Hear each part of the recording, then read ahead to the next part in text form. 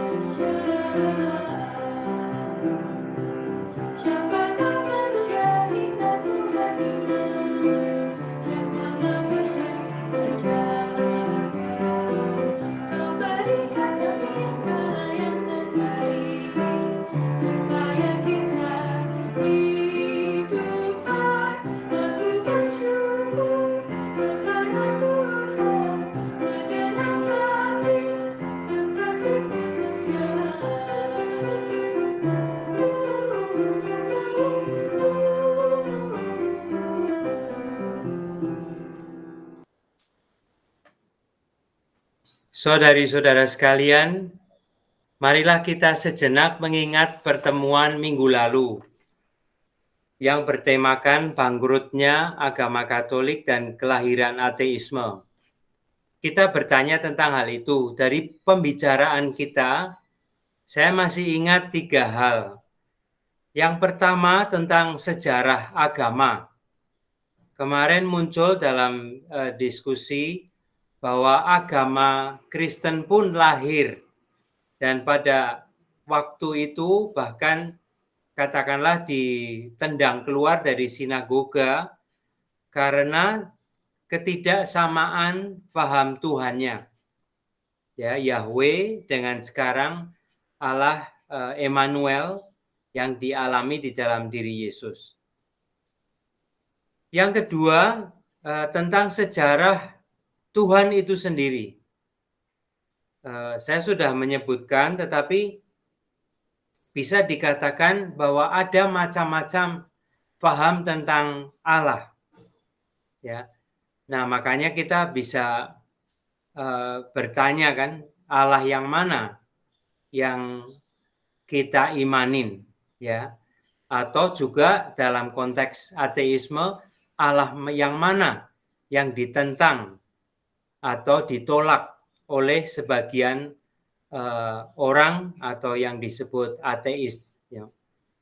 Lalu yang poin yang ketiga tentang pertanyaan yang diberi nama agnostik itu, ya, mereka pesannya sungguh menantang karena mengatakan kami bukannya tidak percaya, tetapi bagaimana membuktikannya, bagaimana menjelaskan eksistensi Tuhan, bahwa Tuhan itu ada, itu bagaimana dijelaskan secara meyakinkan. Ya, mereka merujuk kepada alam, katakanlah ilmu alam, ataupun dengan rasionalitas manusia, rasa-rasanya tidak bisa dibuktikan adanya Tuhan dan juga segala macam yang kita sebut tentang Tuhan itu. Nah, hari ini marilah kita mendengarkan, katakanlah, kritik filsuf modern. Dan filsuf modern ini terlebih secara khusus mengkritiki agama Kristen.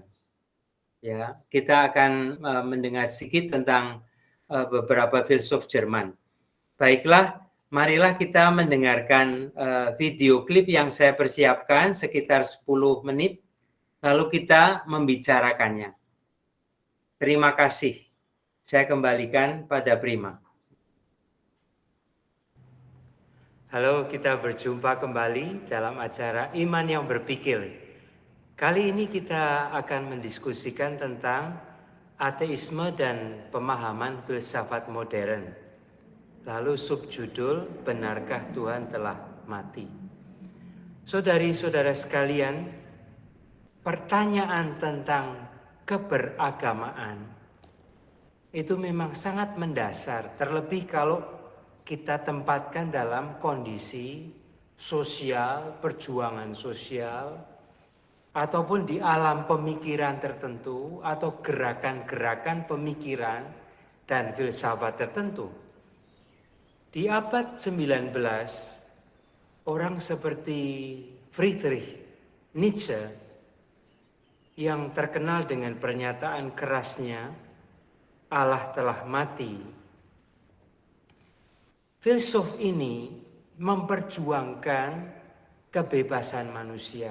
Filsuf ini menemukan bahwa manusia sebetulnya bisa mengurus dirinya sendiri.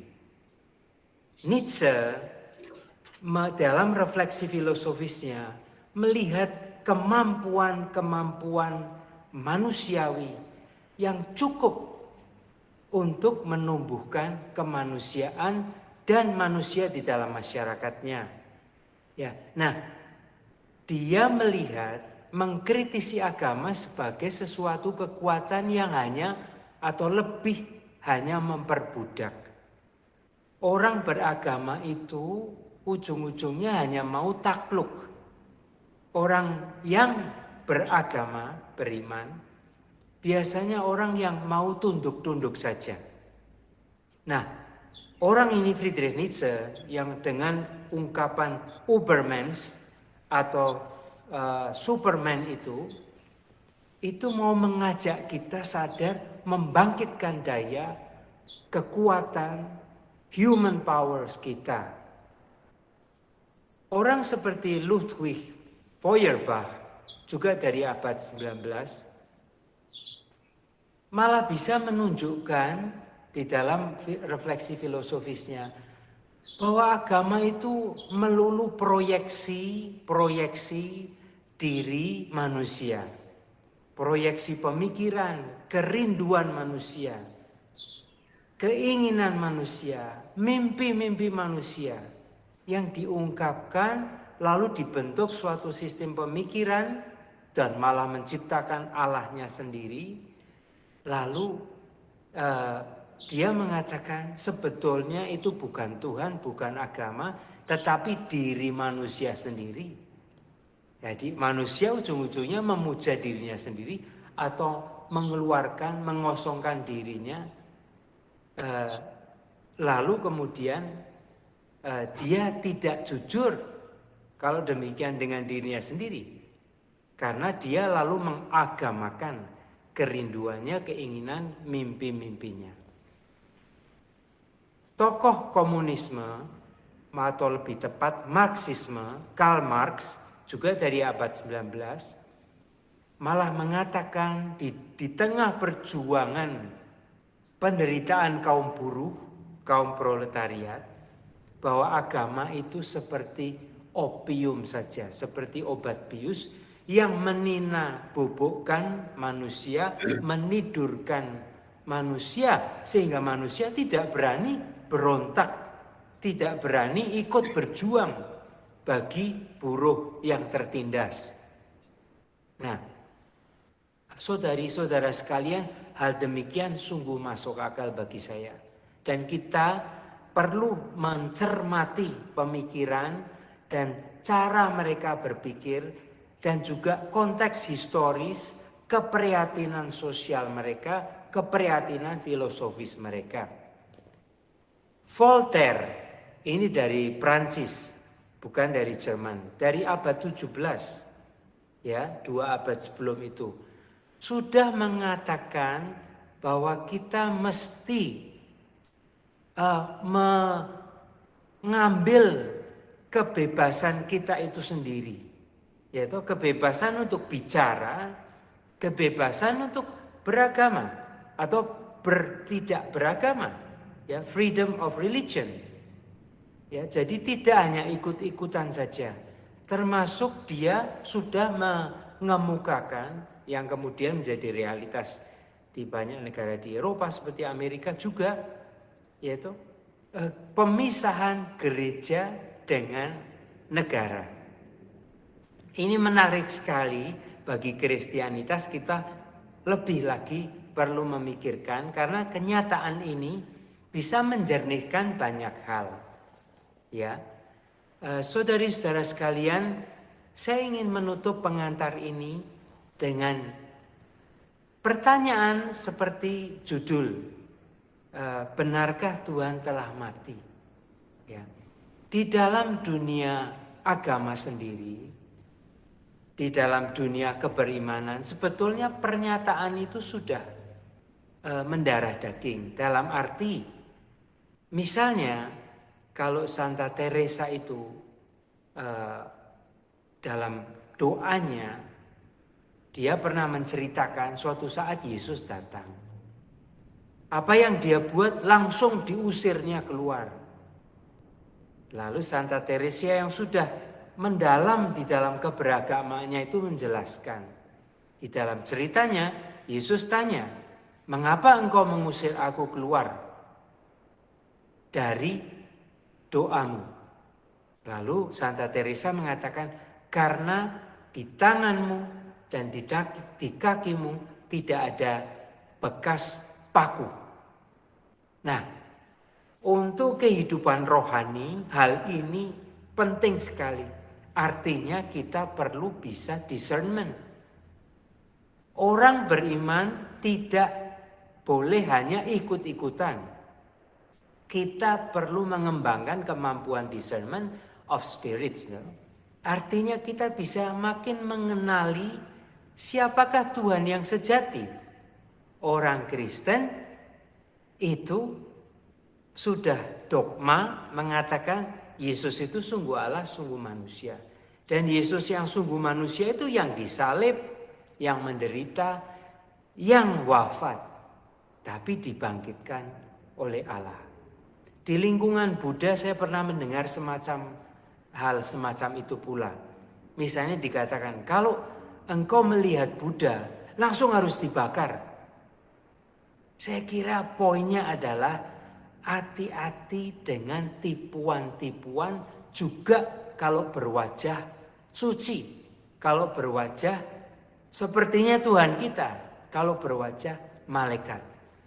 Di lingkungan Muslim, bagi saya yang bisa saya pelajari, kalau mereka sangat getol melawan semua gambaran-gambaran, maka seperti di rumah-rumah ibadat Muslim biasanya tidak ada gambar-gambar, ya. Katolik itu banyak sekali patung-patung, ya, atau lukisan-lukisan suci. Saudara-saudari kita Protestan di dalam gerejanya biasanya sangat sedikit, ya, toh salib pun seringkali tidak ada tubuh Kristusnya. Satu hal yang boleh saya pikirkan dan pelajari adalah hati-hati dengan menggambarkan Allah, mematungkan Allah. Karena bisa jadi ujung-ujungnya kita lupa bahwa kita mesti menemukan Allah yang sejati. Kita diajak seperti peristiwa Emmaus, ingat kisah Emmaus itu. Kita mendengarkan firman Tuhan, makin mengenali, dan Tuhan sendiri akan membantu. Dan di dalam pemecahan roti dalam kisah Emmaus, Tuhan mewahyukan dirinya. Tuhan menunjukkan wajahnya. Dan itu pun dalam kisah Emmaus di akhir Injil Lukas, Tuhan segera lenyap dari pandangan mereka sesudah berbagi, memecah roti, berbagi roti itu. Luar biasa kebijaksanaan rohani di situ. Tentang Allah kita mesti makin bisa berdiscernment. Dan memang kalau Allah kita sudah mati, melihat salib Kristus, kita mesti memegang kuat-kuat Allah yang ada di salib itu. Bagaimana Allah ada di dalam peristiwa salib, penderitaan, kematian. Terima kasih. Mari kita percakapkan.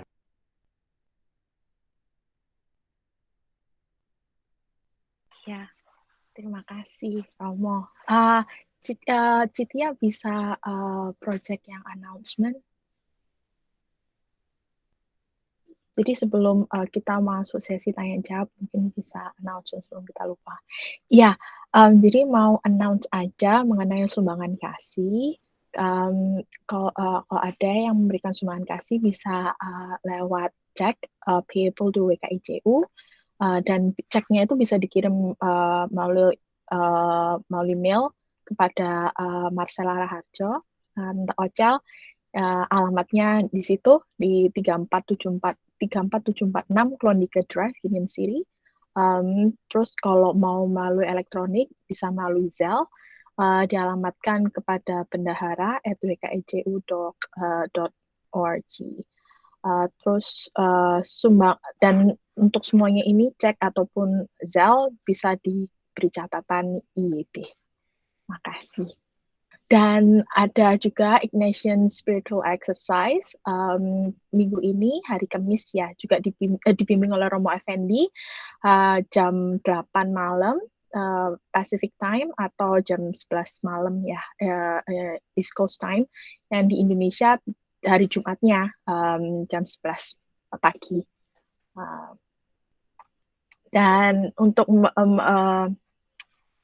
sesi ketiganya tentang yang IYB ini, ateisme dan gugatan terhadap eksistensi Yesus, minggu depan juga jamnya sama, jam 5 sore Pacific Time, also atau 8 PM East Coast. Indonesianya hari Seninnya jam 8 pagi. Sudah demikian pengumuman yang ada. Jadi begini, kita bisa mulai sesi tanya jawab dan sharingnya juga. Gini Mo, makasih banyak. Jadi kayak Romo memberi pengantarnya very itu sih mengena juga. Dan dari contoh-contoh filsuf modern yang Romo kasih itu, saya menarik sih. Saya kepikiran begini, saya mengategorikannya menjadi dua. Ini pertanyaan saya, apakah betul gitu kadang because of the development of human knowledge gitu, karena more in touch ke pengertian tentang diri kita sendiri, tentang manusia, potensi manusia. Tadi bilang kan Uberman, yang punyanya Nietzsche bilang. Itu kan karena manusia lebih bisa mengenal dirinya gitu loh. I can do this, I can do that gitu. Nah, jadi mulailah berkembang pengertian bahwa Tuhan itu seperti ini, Tuhan itu seperti itu, Tuhan tidak ada gitu. Nah, in contrast, kalau seandainya waktu komunisme, yang Marxisme itu kan lebih tentang kayak penderitaan, perbudakan gitu kan. Kenapa mungkin begitu banyak perbudakan yang terjadi, di mana perkembangan human knowledge itu mungkin nggak terlalu besar gitu atau signifikan compare to yang zamannya Nietzsche. Saya mungkin kurang tahu ya, maksudnya zaman-zamannya. Saya yakin komunisme itu setelahnya Nietzsche, zamannya Nietzsche. Tapi yang Romo bilang tentang perbudakan itu saya kurang ngerti kayak konteksnya gimana gitu, relevansinya ke yang Nietzsche kasih contoh itu. Tapi apakah itu ada hubungannya gitu nggak sih, Mo, antara perkembangan human knowledge gitu, in touch with ourselves itu pengaruhnya untuk mendefinisikan Tuhan itu bagaimana? Karena itu juga bakalan berpengaruh besar ke perkembangan zaman kan, untuk di zaman sekarang atau zamannya papa saya gitu misalnya, atau zaman my grandparents itu, atau nanti bakalan zaman anak-anak saya. Saya ingin memulainya dengan pertanyaan itu dulu. Ya, terima kasih untuk menyambung diskusi kita. Konteks besarnya adalah enlightenment, abad pencerahan di mana orang mulai sadar diri dan melihat tempatnya sebagai manusia yang berpikir itu dan bisa berpikir sendiri. Ya. Nah, abad sebelum enlightenment itu dikontraskan dan dialami, dijelaskan sebagai abad yang katakanlah semua dikuasai oleh gereja dan negara. Maka manusia tidak punya katakanlah yang kata-katanya sendiri, pikirannya sendiri, ya. Apalagi potensinya. Kalau kita didikte orang lain kan, lalu potensi kita seperti tersembunyi ya. Kecuali orang lain itu mengatakan kamu bisa buat ini, buat itu. Nah, salah satu yang penyebabnya adalah itu gerakan mempelajari seni dan budaya ya Yunani itu. Ya, kembali kepada seni dan budaya Yunani yang menunjukkan ternyata manusia itu luar biasa. Ya, nah, kesadaran itu enlightenment yang katakanlah mencerahkan ya orang berpikir. Nah, yang kedua tadi bagus pengamatan. Yang satu katakanlah aliran yang satu yang sangat rasionalistis ya, atau bukan rasionalistis karena yang komunisme itu juga sangat rasional. Tetapi katakanlah yang satu menekankan kemampuan intelektual, yang lain lebih mengakarkan keberadaan manusia pada konteks sosial budaya, ya komunis itu. Nah, kalau disebut budak-budak itu dalam arti menurut analisis Karl Marx itu Kristianisme itu lahir dari kelompok budak, orang yang tertindas, second class, katakanlah demikian. Nah, sebetulnya ada betulnya juga ya, tetapi salahnya adalah kalau mencari asal muasalnya ya sebelum itu ya katakanlah Yesus dengan para murid, walaupun para murid orang sederhana, lalu disebarkan ya toh oleh Santo Paulus. Ya, Santo Paulus bukan memang tukang tenda, tetapi bukan buruh kecil gitu loh. Ya. Nah, tetapi kemudian pesan tentang equality, tidak ada budak, tidak ada tuan, tidak ada laki-laki, tidak ada perempuan. Nah, pesan itu sungguh pesan yang membebaskan, terlebih dialami ya toh oleh orang yang tertindas. Maka ada betulnya sepertinya Kristianitas menjadi populer karena di antara orang-orang itu ya, katakanlah yang tertindas itu. Nah, saya mau melanjutkan sedikit lagi.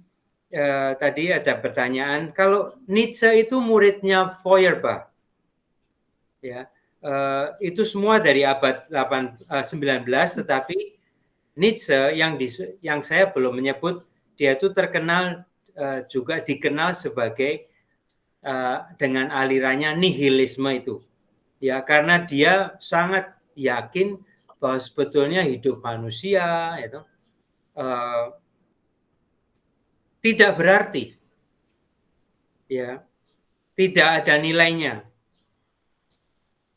dan pemikiran tidak penting, karena yang mau dia perjuangkan, komunikasikan adalah the willpower itu. Manusia menjadi manusia dengan kekuatannya, ya, dengan kuasanya. Nah, dia kemudian juga tidak akan memandang moral baik, tidak. Manusia jati dirinya itu, ya, siapa yang kuat ya, atau mengusahakan diri kuat untuk menjadi manusia itu. Jangan jatuh pada menjadi yang lemah, ya. Apalagi kalau katakanlah dilegitimasikan oleh agama bahwa yang kelemahan itu baik, atau kerendahan hati itu baik, tidak suka kuasa itu mulia, itu. Nah, itu dia protes keras tuh. Nanti kita bisa lanjutkan. Saya mau melanjutkan sedikit yang tadi, yang kurang mementingkan pengetahuan, yaitu si kubu yang lain, tetapi sosial budaya itu.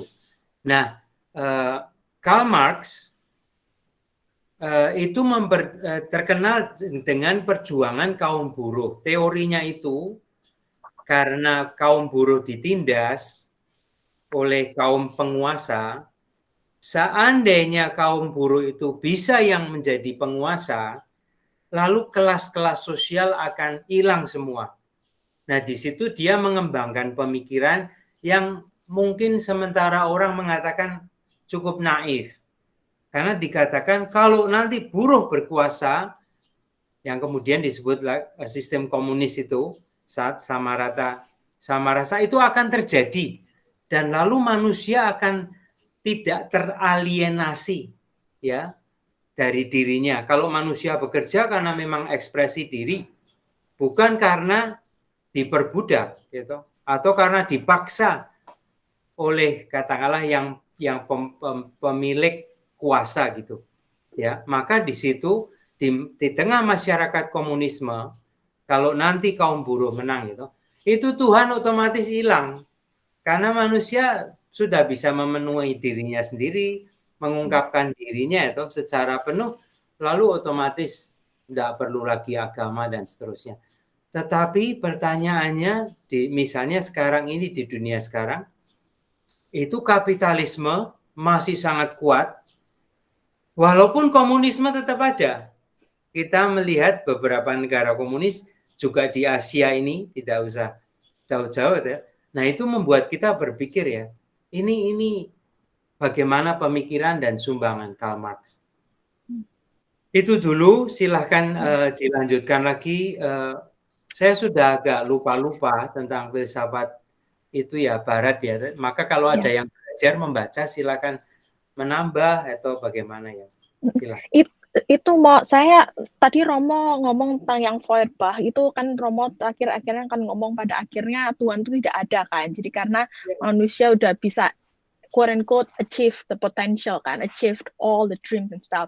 Tapi lucunya Feuerbach tuh kan dia bilang gitu, if man is to find contentment in God gitu, he must find himself in God, which mean kayak yang saya menarik itu saya baca itu dia bilang gini, God and the idea of a higher being itu is dependent upon the aspect of benevolence. Jadi basically kalau intinya kualitasnya, kalau manusia itu just gitu kan, just man gitu, wise man and benevolent man, itu basically divine quality, itu kan istilahnya. Nah, jadi kalau seandainya when human removes all these qualities from God, there is no longer God. Which kayak menurut saya itu ini semua filsuf-filsuf modern ini hubungannya kayak gitu loh. Jadi when you remove kayak the need of God, gitu, there is no God. Basically, yang saya ngertiin loh ya mau. Jadi kayak and also definisi yang dari Feuerbach bilang itu kayak karena kualitas yang disebut sebagai kualitas ketuhanan atau divinitas itu yang being a just, being benevolent, being wise, kalau udah di remove ya nggak ada God gitu. Jadi yang dia percaya adalah God is a part of human through the invention of a God gitu. Itu saya cuma mau menambahin aja, kalau Romo mau nambahi boleh. Sebetulnya itu betul tuh ya. Tapi saya mau menambahkan sebetulnya kalau yang kita sebut Allah itu sebetulnya diri kita sendiri. Betul. Ya.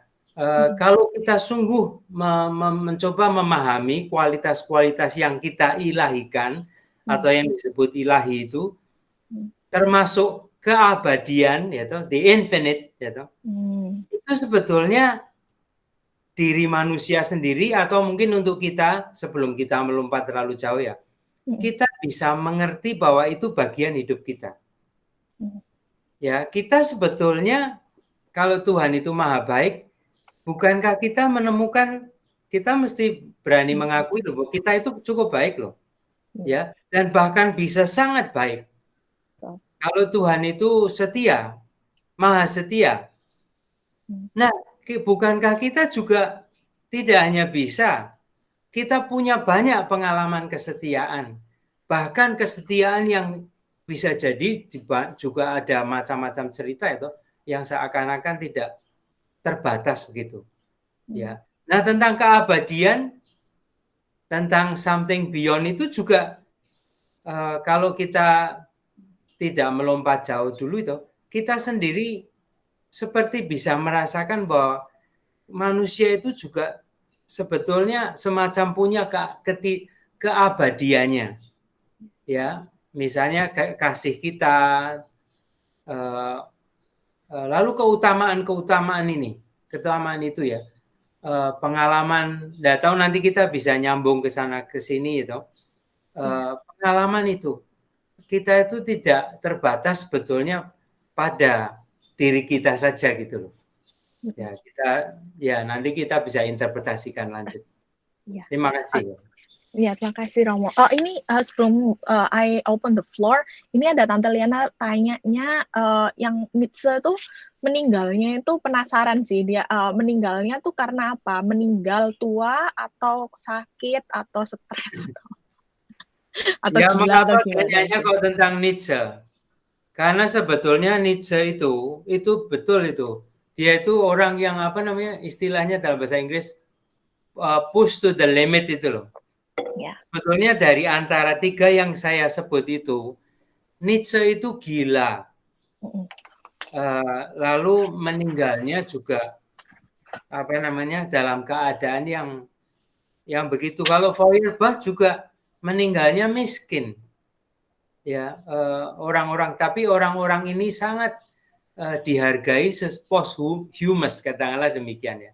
Sesudah mereka pada meninggal, lalu lebih dihargai kecemerlangan, keberanian.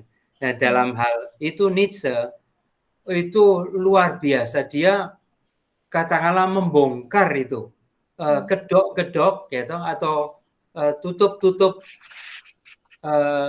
manusia itu loh, sopan santun manusia, mengatakan ya, dia jelas sekali mengatakan, loh, bukankah kita itu nafsu kuasa itu yang paling besar dan mendefinisikan siapa diri kita. Nah, mungkin kita yang tinggal di Amerika atau di dunia sekarang dengan populisme, dengan orang-orang yang yang disebut ya itu ya, orang yang mungkin istilahnya jelek sekali, gila kuasa itu loh. Tetapi itu sebetulnya poin Nietzsche, dan malah mengatakan, bukankah itu sebetulnya jati diri manusia?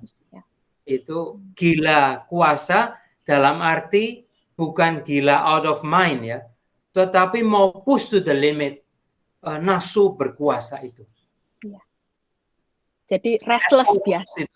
Mau berkuasa at all cost gitu. Ya, bisa menyebabkan jadi restless itu ntar jadinya mungkin Iya. Restless heart. Ya, mungkin saya buka pertanyaan kepada peserta kalau ada yang pertanyaan atau komen tambahan. Romo Susilo. Woi, Pak, Om. Saya tertarik pada judul session ini. Benarkah Tuhan telah mati? Ya. Kalau menurut saya dan pengetahuan yang akhir-akhir ini, Tuhan tidak akan pernah mati. Dengan segala apapun. Karena Tuhan telah mati seperti dicanangkan oleh Nietzsche, oleh Feuerbach, oleh Karl Marx, itu kan pada abad ke-19 gitu. Tetapi dengan perkembangan ilmu pengetahuan yang akhir-akhir ini, terutama perkembangan neuroscience sama perkembangan antropologi evolusioner, jadi dua tuh, neuroscience dan antropologi evolusioner, itu hasrat manusia untuk mempunyai Tuhan tuh sebenarnya sudah terpatri di dalam struktur dan proses otak manusia itu sendiri. Ya. Jadi neuroscience adalah ilmu mengenai struktur dan proses otak manusia sendiri. Maka setelah belakangan ini, berbarengan dengan perkembangan ilmu komputer, itu baru pada tahun 1965, neuroscience itu berkembang sedemikian cepatnya, sejalan dengan perkembangan komputer, misalnya dengan MRI, scanning, dan sebagainya. Nah, belakangan diketahui bahwa seperti juga cinta, yang dulu kita anggap sebagai sesuatu yang transendental begitu, cinta romantis, itu sebenarnya kalau dikorek di dalam neuroscience itu udah ketahuan ada poin-poin tertentu di dalam otak-otak manusia itu yang mengarah ke sana. Ya. Seperti kita ketahui kan otak kan terdiri, jadi ada yang mungkin Romo tahu juga mengenai reptilian brain, amigdala. Nah, terus ada juga mammalian brain, ada juga neocortex. Itu masing-masing ada fungsi sendiri, dan kalau dipeta-petain tuh segala hasrat keinginan kita dan rasa kita, emosi kita, logika kita dan sebagainya itu ada poin-poinnya di situ. Nah, itu jadi belakangan diketahui bahwa sebenarnya keinginan kita untuk bertuhan itu sudah ada di dalam amigdala. Itu kalau dihubungkan dengan antropologi evolusioner, itu sebenarnya dimulai pada saat misalnya manusia pemburu, pengumpul pada zaman dulu. Setelah Homo Neanderthal, terus Homo sapiens begitu, mereka tuh pada saat berburu dia kadang-kadang mengagumi, disebutnya awe and wonder terhadap kehebatan alam. Misalnya dia lihat petir turun, terus pohon terbakar, dia belum bisa menjelaskan kenapa. Lalu hujan lebat ada banjir, dia belum bisa menjelaskan kenapa. Ya, jadi awe and wonder itu sebenarnya sudah ada. Dan di samping itu awe and wonder itu diikuti juga perasaan ketidakberdayaan dan perasaan dia kecil kalau dia melihat universe as a whole. Nah, itu adalah dasar-dasar mengapa dia bertuhan. Makanya saya bilang hasrat manusia bertuhan tuh walaupun dicanangkan oleh si Feuerbach atau Nietzsche itu tidak bisa. Tapi kita maklumin karena pada saat itu abad ke-19 itu ilmu mengenai antropologi sama ilmu mengenai neuroscience belum ada. Gitu Romo. Nah, jadi ada beberapa hal mengapa manusia harus bertuhan. Kesatu, awe and wonder. Kedua adalah mempertahankan individu maupun kelompoknya.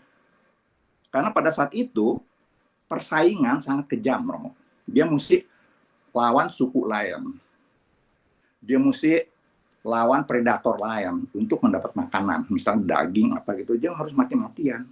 Kadang-kadang mereka berhasil, kadang-kadang mereka mati. Nah, untuk itu, di samping awe and wonder, suku itu memerlukan suatu orang-orang yang berani mati. Nah, untuk menggerakkan supaya mereka berani mati, maka di suku itu timbul suatu mitologi, mitos-mitos. Yang kemudian, apa? Kamu perlu berkorban untuk suku kamu.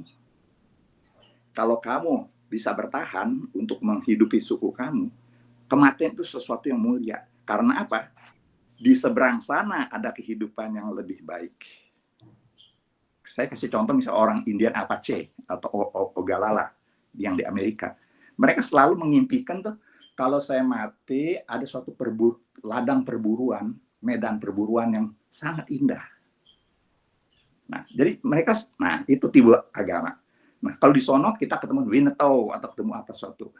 Jadi, satu awe and wonder, kedua mempertahankan suku, dan ketiga mengenai kemuliaan kematian dan lain sebagainya. Saya kasih contoh begini.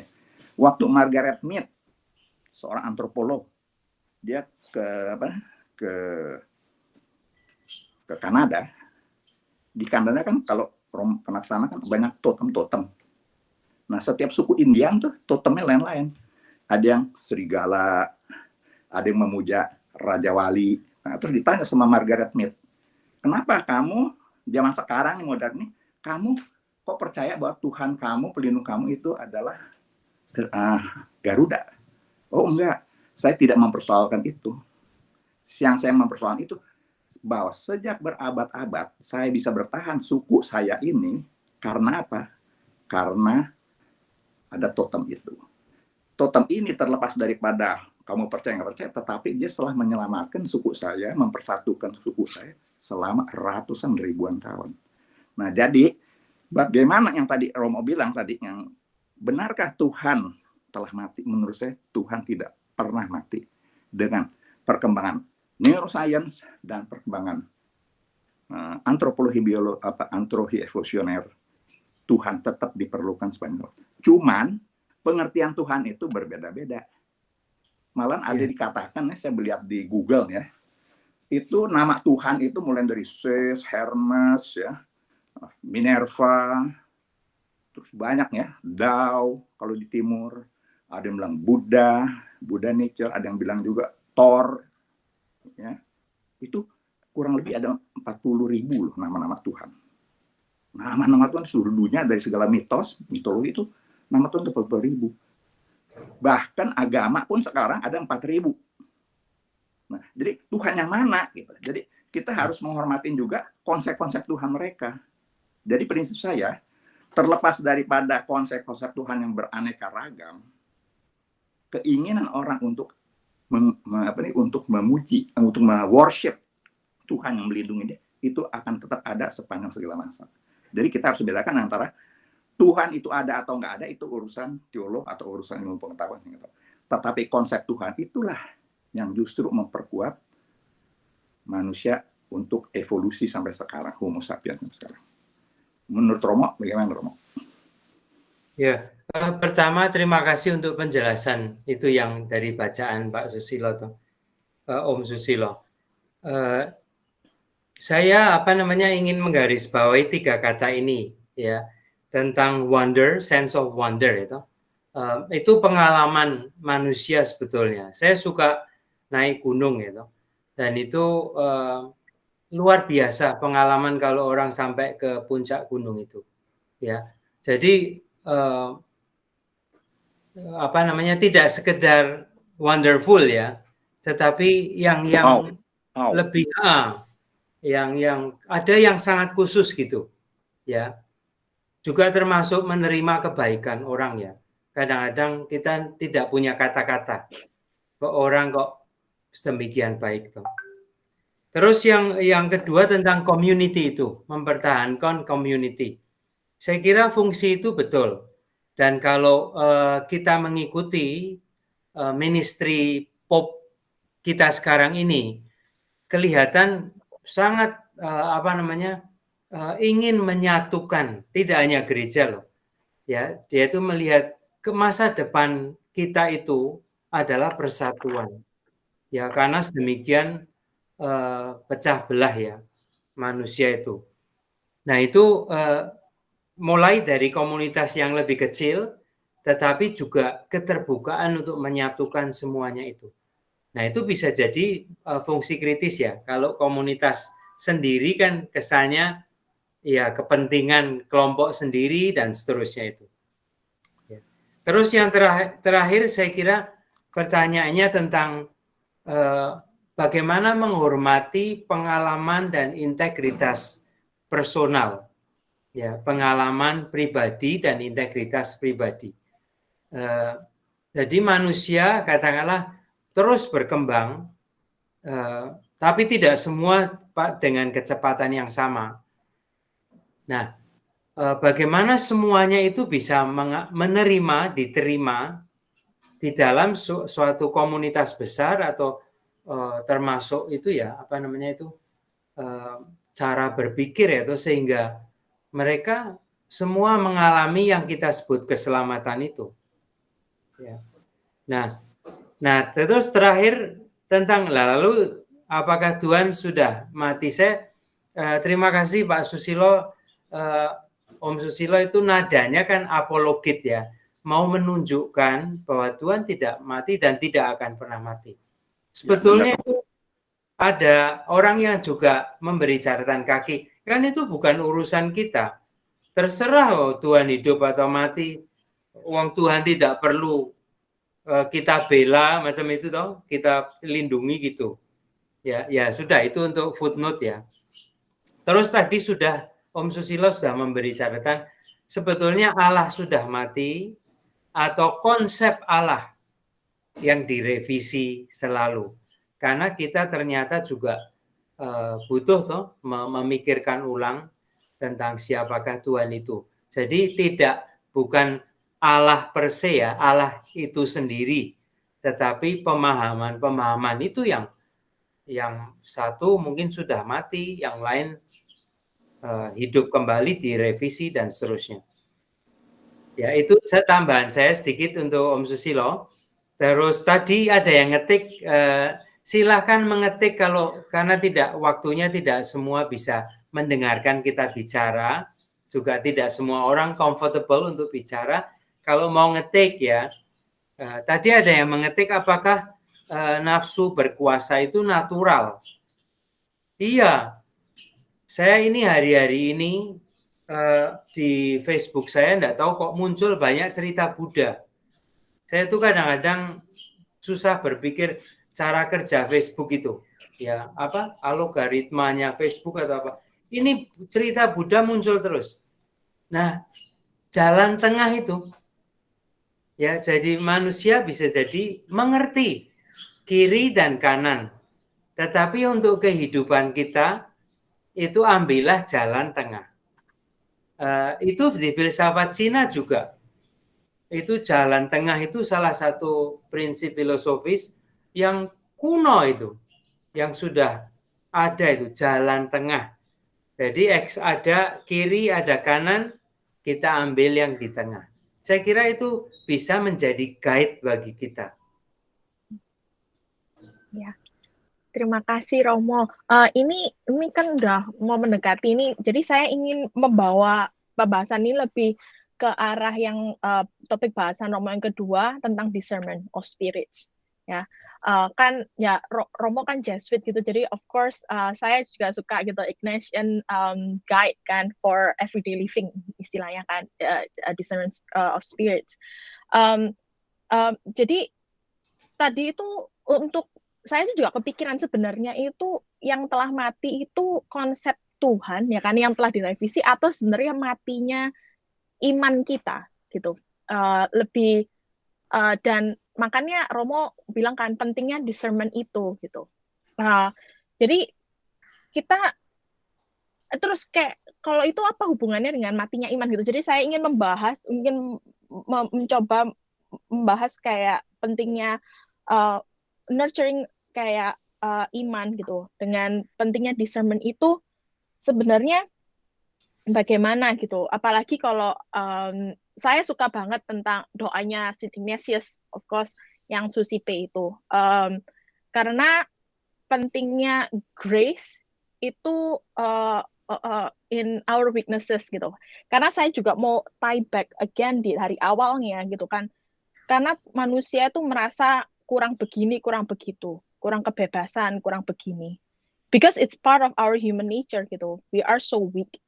But to realize that God still loves us by His grace, gitu bisa membantu untuk discernment. Tapi saya ingin tahu kayak penjelasan lebih dalamnya lagi tentang hubungan matinya iman ini dan bagaimana untuk menghidupinya lagi gitu dengan pentingnya discernible spirits. Ya, tadi di bagian akhir pengantar saya ini, saya tidak hanya bicara pada Prima ya, saya mendengarkan Prima seperti mewakili refleksi kita bersama. Di akhir tadi pengantar saya 10 menit itu, saya bicara tentang mungkin sedikit agak mengganggu ya, bahasa latinnya itu sub angelo lucis. Itu dari latihan rohani Santo Ignatius, bahwa malaikat jahat itu, roh jahat itu bisa menampilkan diri dengan wajah malaikat baik. Ya. Jadi itu kan sub angelo lucis itu, malaikat terang itu, angel of light. Tapi sub itu, nah maksudnya pura atau berkedok gitu, pakai kedok itu. Nah, tapi jangan gelisah, jangan bingung ya. Itu hanya catatan yang membuat kita katakanlah rambu-rambu supaya kita itu beriman dengan cerdas. Ya, supaya kita tidak gampang tertipu juga oleh bibir manis yang jahat gitu loh. Nah, Santo Ignatius misalnya mengatakan, apa-apa kalau agak gelisah gitu, kalau Anda tidak damai, ya, lalu boleh diteliti apa asal awalnya apa, tengahnya apa, akhirnya bagaimana. Kalau awalnya baik, tengahnya baik, prosesnya dan seterusnya. Ekornya baik, hampir 100% itu malaikat baik. Ya. Misalnya, mungkin contohnya spontan ya, kita mengikuti pertemuan kita ini, WKICU itu, sebetulnya untuk apa? Ya, mengapa kita datang berkumpul ini? Katakanlah seperti tadi ya, keprihatinan untuk mengembangkan iman kita. Nah, bukankah itu baik? Tidak hanya mengembangkan iman supaya masuk surga loh ya, tetapi iman seperti kata Feuerbach itu mencerminkan kerinduan terdalam dari manusia. Tadi ada filsuf lain yang belum saya sebut tadi. Itu Søren Kierkegaard. Kierkegaard itu orang Jerman yang lain mengatakan faith is passion for the impossible. Faith is passion for the impossible. Nah, sekali lagi kita ini kalau Santo Fransiskus Xaverius juga sudah mengatakan, kalau kita berdoa, kita berbuat baik, jangan pertama-tama karena kita ingin surga. Ya. Tapi karena kita yakin, itu kita mau berdoa, kita yakin akan kebaikan itu, ya baik gitu. Ya. Nah, saya kira beriman itu sebetulnya juga memberi ruang untuk diri kita sendiri untuk menjadi manusia yang lebih penuh. Nah, sekarang terakhir tentang tadi ya, atau iman yang mati. Nah, iman itu apa? Ya, dalam konteks pembicaraan kita sudah 2 kali pertemuan ini, kita bicara tentang Tuhan. Hari ini Om Susilo, mendengarkan Om Susilo sekali lagi, saya diingatkan Tuhan atau konsep tentang Tuhan. Nah, lalu kita berpikir tentang iman. Iman itu Konsili Vatikan kedua memahaminya sebagai tanggapan terhadap sapaan atau wahyu Tuhan. Jadi iman itu berkaitan sungguh dengan diri kita. Kita mau menjawab ya atau tidak. Ya, seperti katakanlah kita diundang tuh. Ini nanti akhir weekend ini ada pertemuan, kita mau makan bersama. Nah, kita menjawab ya apa tidak?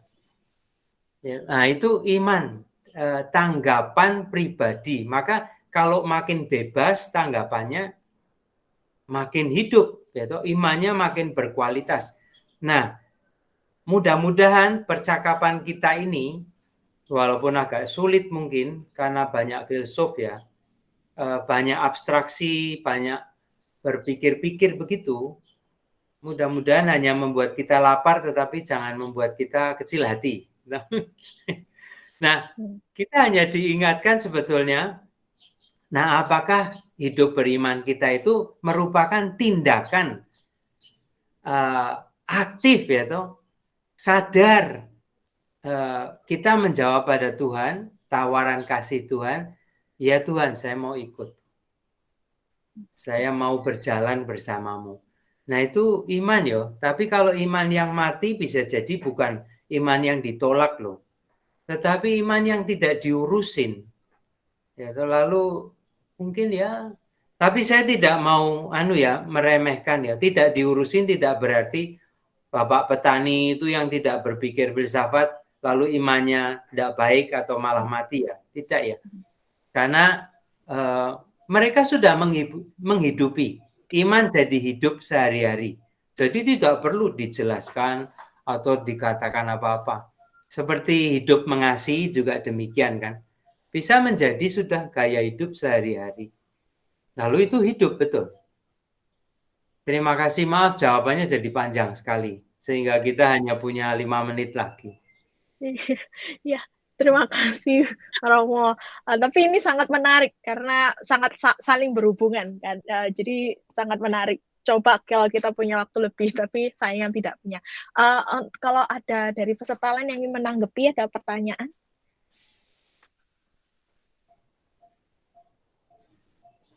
Oke. Kalau nggak ada mungkin Romo. Kita masih bertemu lagi ya, sehingga kalau belum sekarang dicatat atau mau apa itu, minggu depan masih ketemu lagi. Iya.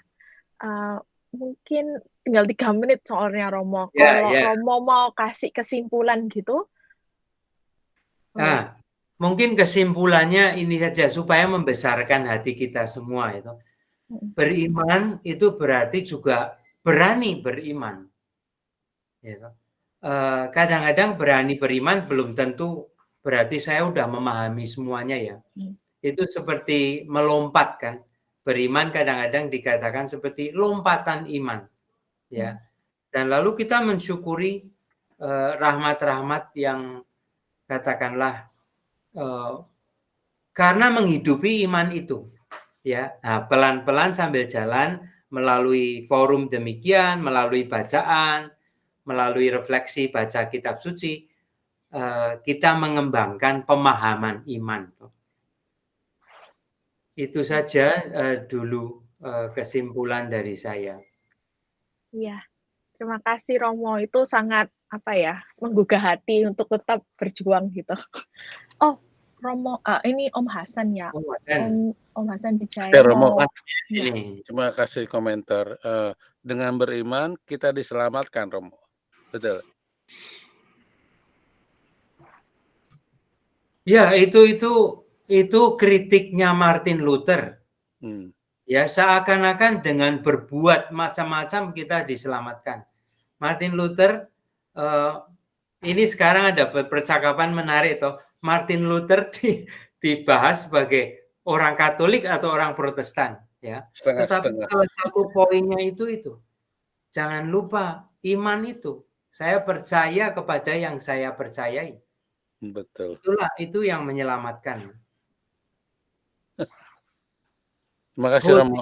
Itu ya, berpegang pada itu walaupun saya mungkin at the end of the day itu saya merasa aduh perbuatan saya belum cukup. Waduh, saya itu masih penuh dengan nafsu kuasa, menggilas orang lain seenaknya sendiri itu.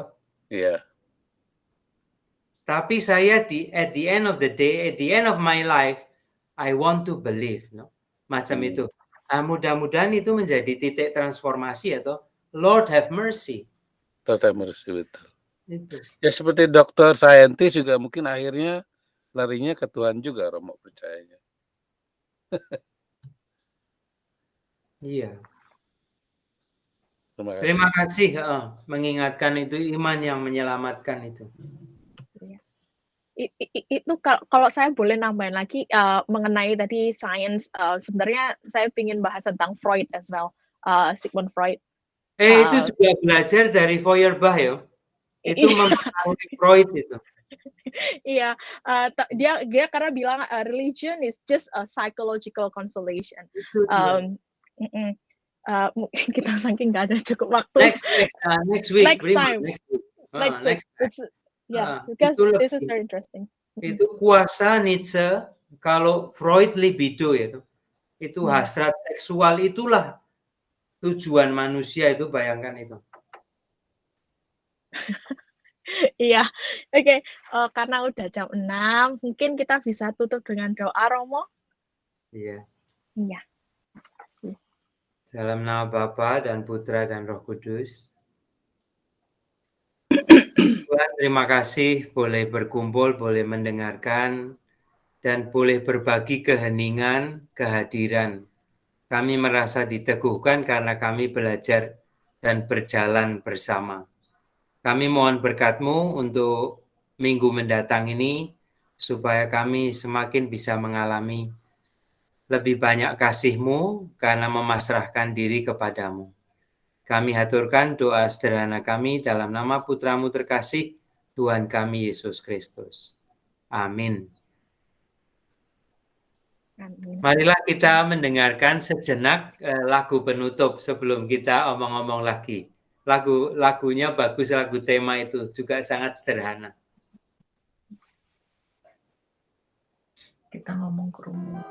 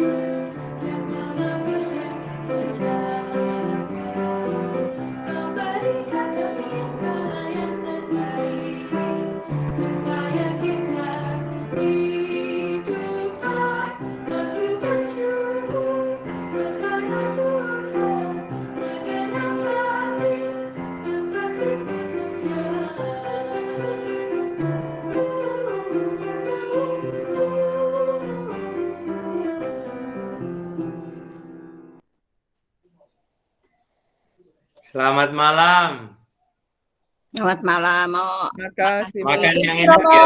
Makan yang hangat. Bye Prima. Terima kasih. Iya, bye. Terima kasih. Makasih. Terima kasih Romo.